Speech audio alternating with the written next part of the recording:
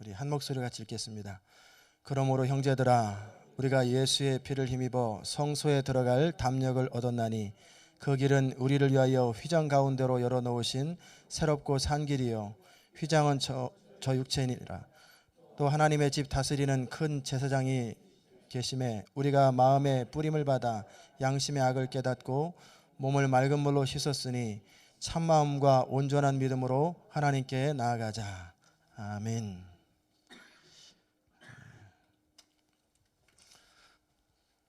이 사순절 기간 동안에 여러분과 제가 함께 나누는 것은 그 보혈의 은혜와 능력들을 실제 체험하고 누렸으면 좋겠어요. 어제 불을 꺼놓고 어느 분이랑 같이 이렇게 들어가는데 저는 여기에 늘 익숙하잖아요. 그러니까 익숙한데 그분은 익숙하지 않으니까 잘 안 보인다 그래요. 그래서 막 더듬더듬 하는 거예요. 신앙생활도 마찬가지입니다. 감각적으로 이럴 때는 어떻게 한다, 이렇게 어떻게 한다. 내가 하나님을 의지하는 것이 뭐고 포기하는 게 뭐고 내가 하는 게 뭐고 하나님의 성령이 하는 게 뭐고 그런 것에 대한 감각들이 있어야 돼요. 이건 육체로 느끼는 게 아니라 영적인 감각으로 느껴야 돼요. 그래서 여러분이 이번 사순절 기간 동안에 그런 것을 정말 느꼈으면 좋겠어요. 이렇게 하는 것이 하나님을 믿는 거다. 이 상황에서는 이렇게 하는 것이 하나님의 방법이다. 이런 상황에서는 내가 내려놓아야 될 때고, 이럴 때는 내가 뒤로 물러나야 될 때고, 앞으로 가야 될 때고, 이럴 때는 붙잡아야 될 때고, 이럴 때는 추구해야 될 때고, 그 감각들이 있어야 실패하지 않습니다. 여러분이 보혈의 은혜와 능력들을 정말 이번 사순절 기간 동안에 느끼고 체험하고 경험할 수 있기를 바랍니다. 그래야 우리 삶에 승리가 있어요. 오늘은 그 보혈의 은혜와 능력에 있어서 우리가 어떻게 하나님 앞에 나아갈 수 있는지 그 부분을 함께 나눌 것입니다. 두 사람이 있었어요. 두 사람이 둘 다 환자인데 한 사람은 뇌졸중으로 67세 되신 분이신데 뇌졸중으로 쓰러지셔가지고 식물인간처럼 의식은 있는데 전혀 움직이지 못하는 분이에요. 그래서 이분은 교회를 나가본 적도 없고 그러나 믿는 건 뭐냐면 예수님이 나를 고치실 수 있다. 그 사실을 믿어요. 그리고 예수님은 내 병을 고치실 수 있다라고 하는 사실을 믿고 목사님을 초대했어요. 목사님은 이분이 교회를 나온 적도 없고 믿음도 없는 거라 생각하니까 이 사람을 어떻게 해야 되나 그런 생각하면서 하나님께서 예수 그리스도를 통해서 당신을 고쳐줄 걸 믿느냐고 내가 믿는 건 그거 하나 있다. 그래서 이제 목사님은 이제 복음을 전하면서 그에게 예수 그리스도의 보혈로 당신은 치료됐습니다. 그리고 치료하실 것입니다라고 믿고 목사님은 돌아오셨어요. 그리고 마음속에 내일부터는 믿음을 심어줘야 되겠다. 그래서 믿음이 자라야 치료되지. 믿음이 없어서 되겠나. 그리고 나서 그 다음날 갔어요. 그랬는데 그 사람이 남편 어디 있어요? 그랬더니 침대에 있는 줄 알고 그랬더니 지붕에 올라갔대요. 왜 지붕에 올라갔어요? 어제 목사님 오셔서 기도하고 가셨잖아요. 그리고 그때서부터 나가지고 지붕에 올라가서 일하고 있어요. 깜짝 놀란 거예요. 이 사람은 교회 나온 적도 없고 믿음이라고는 없는 사람인데 어떻게 지붕에 가서 하루 만에 치료를 받았는가. 근데 또 다른 여자분, 같은 교인인데 여자분은 교회에서 열심히 하고 충성을 다하고 하여튼 모든 사람에게 저 사람 참 부지런하고 교회를 열심히 하는 사람이라고 소문이 난 사람이에요. 그래 그 사람이 종양이 생겼어요. 그래서 종양이 심각해져 가지고 기도하기 시작했어요. 하나님, 이 사람을 치료해 주옵소서. 하나님 앞에 충성을 다하는 이 사람을 치료해 주옵소서. 막 기도를 했는데 안 나요. 그래서 이분이 이제 이 목사님이 고민이 돼 가지고 어떻게 어떤 사람은 낫고 어떤 사람은 안 낫는지 그 이유를 모르겠다고 그럴 적에 그 말씀을 들었던 목사님이 무슨 얘기를 했냐면 그것은 바리새인과 세리와의 비유와 똑같습니다. 이 사람은 도대체 믿음도 없고 아는 것도 없으니까 오직 한 가지 의지할 것은 보혈의 은혜, 십자가에서 나를 용서하신 그 하나님의 그 보혈에 의지하고 그분이 나를 치료하지 않으면 난 대안이 없고 나는 자격도 없고 아무런 가능성도 없는 사람이다. 나는 아무런 대책이 없는 사람이다. 그렇게 하나님 앞에 절실하게 매달리면서 십자가만을 붙들었던 사람이고 이 사람은 평상시에도 저도 뭐 부족하지만 그래도 저만큼 교회에서 신앙생활 잘하는 사람이 있겠습니까? 늘 그렇게 흐뭇해했던 사람이에요. 그러니까 이 사람은 뭘 의지하냐면 내가 열심히 이렇게 충성을 다했고 내가 열심히 봉사를 했고 내가 열심히 노력을 했던 자기 공로, 자기 의를 의지하는 거예요. 그러니까 그 사람은 보혈의 은혜가 보혈의 능력이 그에게 적용되지 않는 거예요. 그게 그렇게 중요합니다. 우리가 하나님 앞에 나아갈 때 어떤 자격으로 나가는 거 아니에요. 어떤 공로로 나가는 게 아니에요. 철저하게 보혈의 은혜, 그분이 나를 사랑하셨고 그분이 나를 용서하셨고 나는 아무런 자격과 공로가 없다라는 사실을 받아들이고 느끼는 사람만이 하나님의 은혜를 경험하게 돼요.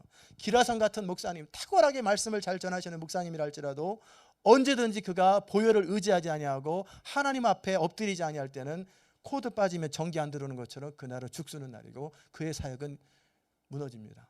우리가 평생 동안 붙들어야 될 것은 오직 나의 능력이 아니에요. 나의 방법이 아니고 오직 보혈, 하나님의 은혜, 그분께서 나와 함께하지 아니하시면 나는 불가능하다.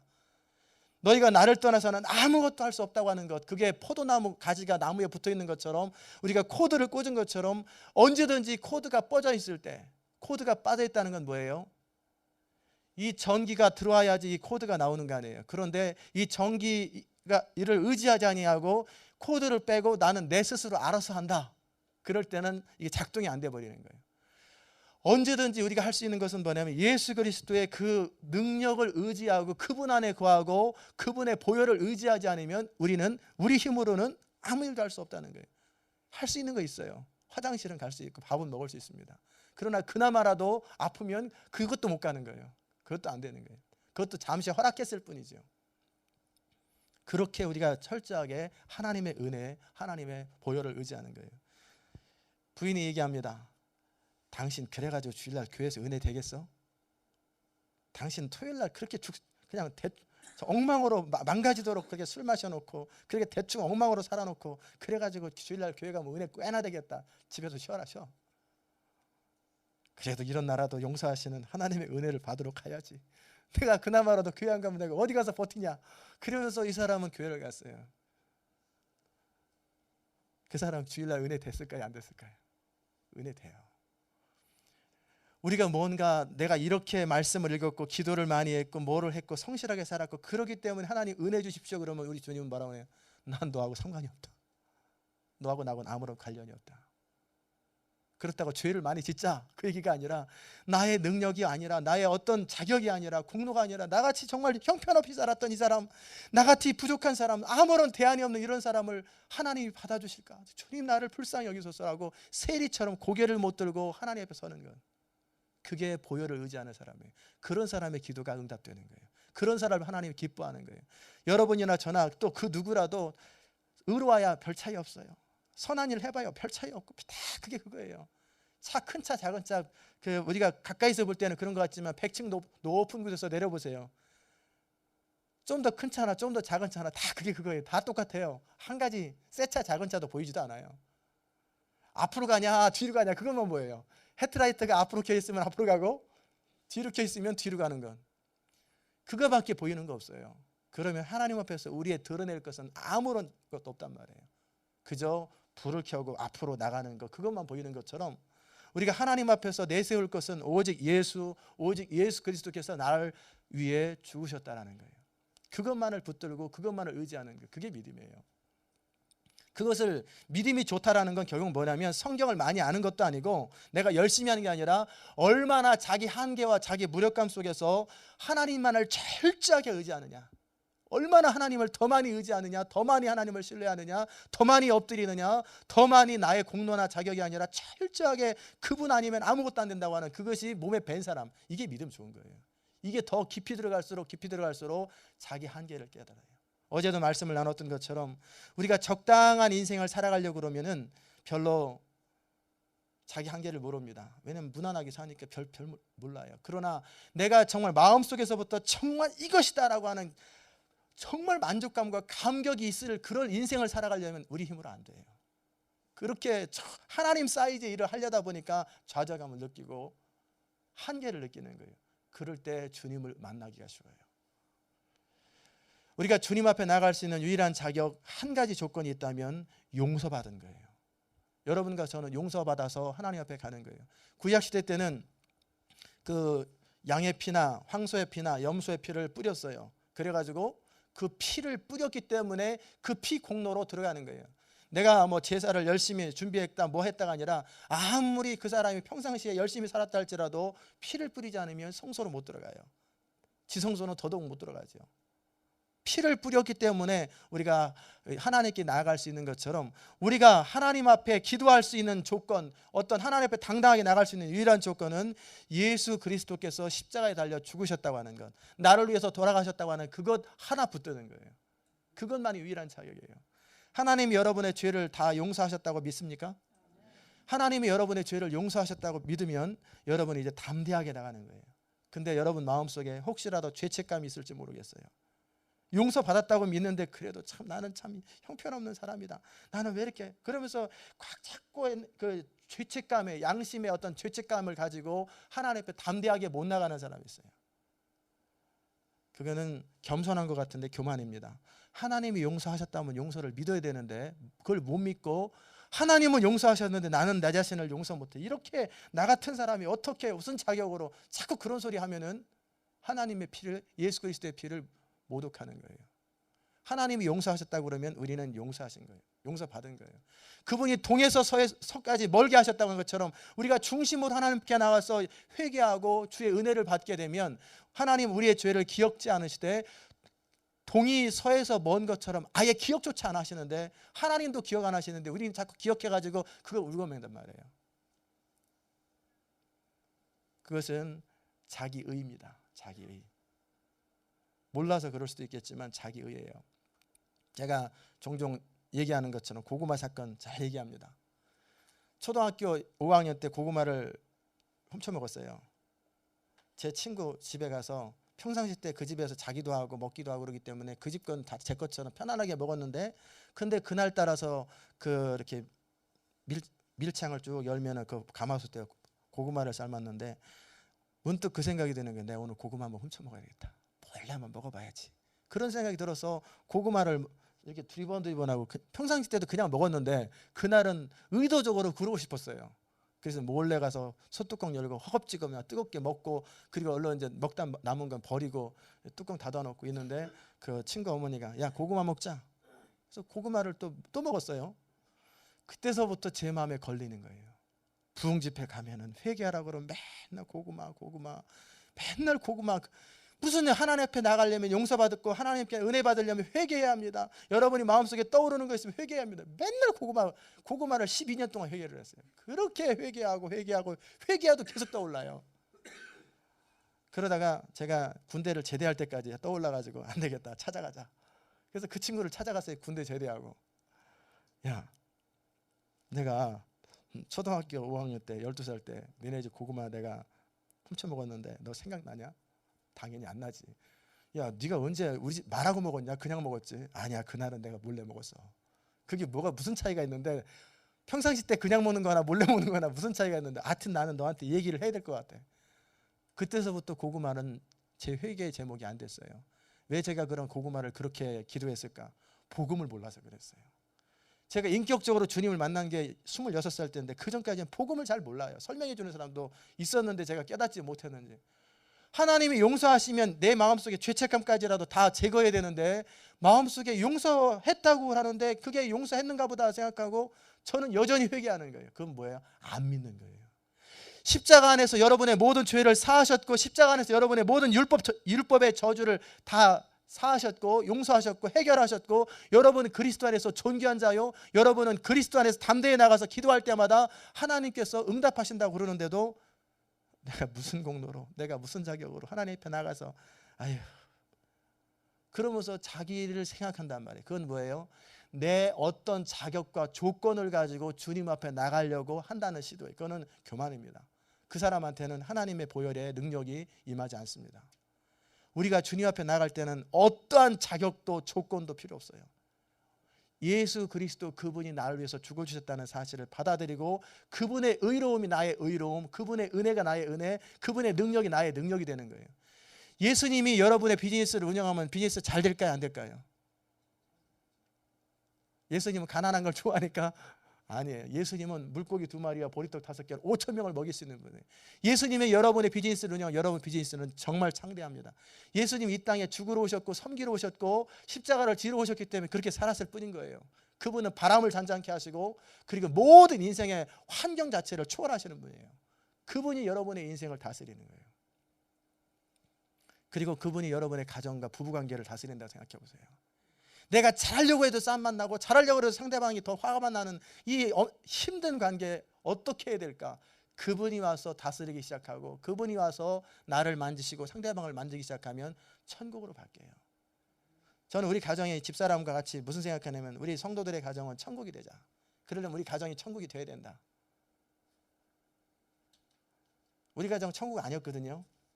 지금은 천국이에요. 저도 천국을 누리고 집사람도 천국을 누리고 애들도 천국을 누리고. 물어봐요. 천국이냐? 천국이다. 모두가 다 천국이라고 그래요. 뭐 화롭진 않아도 뭐 보석도 없어도 서로가 뭐가 굉장히 천국을 누리고 살아가요. 저는 이걸 하나님의 은혜라고 생각해요. 그러면서 이걸 성도들한테 퍼뜨리는 거예요. 어떻게 천국을 누리는지, 어떻게 천국을 누리고 살아가는지. 사람의 힘으로 되는 거 아니에요. 내 어떤 조건과 자격을 갖추면 끊임없이 누구를 정죄하고 나를 정죄하는 사람은 다른 사람도 정죄해요. 나에 대해서 비참하고 나에 대해서 자꾸 살피고 내 자신의 부족함 때문에 날마다 그렇게 고민하는 사람들은 다른 사람의 잘못도 여전히 똑같이 살피게 됩니다. 그러지 마세요. 예수님께서 용서하셨던 사람이고 예수님께서 용서받은 사람, 용서하신 사람이에요. 그러면 자유함으로 가지세요. 어떤 자격이나 조건이 아니라 그냥 담대함으로 주님께서 나를 사랑하셨고 용서하셨기에 나는 배짱 있게 나갑니다. 내가 부족하더라도, 내가 연약하더라도, 내가 무슨 자격이 없다 할지라도 한 가지 자격이 있잖아요. 하나님의 자녀라는 자격. 그걸 가지고 담대하게 나가서 과감하게 구하는 거예요. 그러면 그분은 우리의 기도를 들으시고 우리를 통해서 하나님의 능력을 나타내기 원하시는 분이에요. 나폴레옹 사건 여러분 아시죠? 전쟁을 했는데 신하들한테, 장군들한테 전리품을 나눠주기를 하고 모았어요. 무슨 전리품 원하느냐? 저는 보석 한 상자를 주세요. 너는 뭘 원하느냐? 저는 집 한 채만 주세요. 그래, 다 가져라. 너는 뭘 원하냐? 저는 장가를 못 갔습니다. 30이 넘도록 장가를 보내주세요. 그래, 좋은 처자 없는지 알아봐라. 결혼시켜줬어요. 한 사람이 나타났어요. 너는 뭘 원하느냐? 이번에 전쟁했던 나라, 우리가 이긴 나라, 그 나라 저한테 주세요. 그러자 사람들의 얼굴이 안색이 싹 바뀌었어요. 저 사람 죽었다. 온 백성이 나가가지고 전쟁해가지고 이긴 그 나라를 달라고 그러면 이거는 뭐냐? 그럴 때 나폴레옹이 뭐라고 그랬냐면 불렀어요. 너는 내가 이번에 이긴 그 나라라도 네가 원하면 줄 수 있는 사람으로 믿었느냐? 예.